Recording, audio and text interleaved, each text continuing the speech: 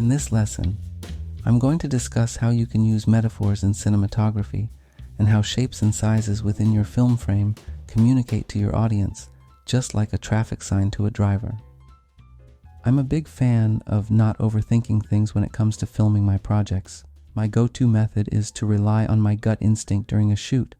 However, as I've worked on more film projects, I've found enjoyment in making this instinct more conscious. This way, I can still trust my gut, but with greater precision and awareness. We all recognize that a film frame can be likened to a painting. If you examine classic paintings, you'll notice that every element has been carefully considered in terms of size, shape, and position to create a dynamic that transcends the canvas and connects with viewers across time. These old paintings are metaphors, just like films. The symbols they employ are relatable, much like traffic signs are to a driver.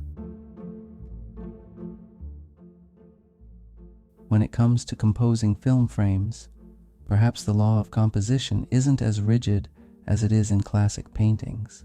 However, it can be beneficial to think about the relationship between the sizes, shapes, and positions of elements in your frame. It doesn't have to limit your artistic expression, but can provide you with timeless tools. I'm not suggesting that you burden yourself with the painstaking task of creating immaculate storyboards for every frame. I'm simply saying it's good to keep this in mind, because the way you compose a frame can help you convey your artistic message. In this example, you'll see how you can start shaping your visual narrative that aligns with your story and how you want to convey just by blocking the scene even before you roll the camera or check the frame. Imagine you have two characters having a conversation in a kitchen. Picture them sitting across from each other, sipping coffee politely. This conveys one meaning.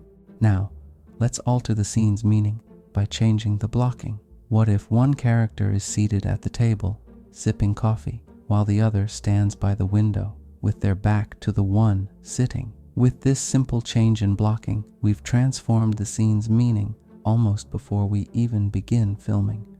Consider how the scene's meaning shifts with this adjustment. The one standing is taller than the one sitting. The one standing has turned their back to the one sitting.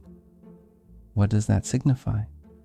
This is also an illustration of how much you can communicate through visual composition, metaphors, even before any dialogue unfolds. This can help convey your message more quickly and clearly than words alone.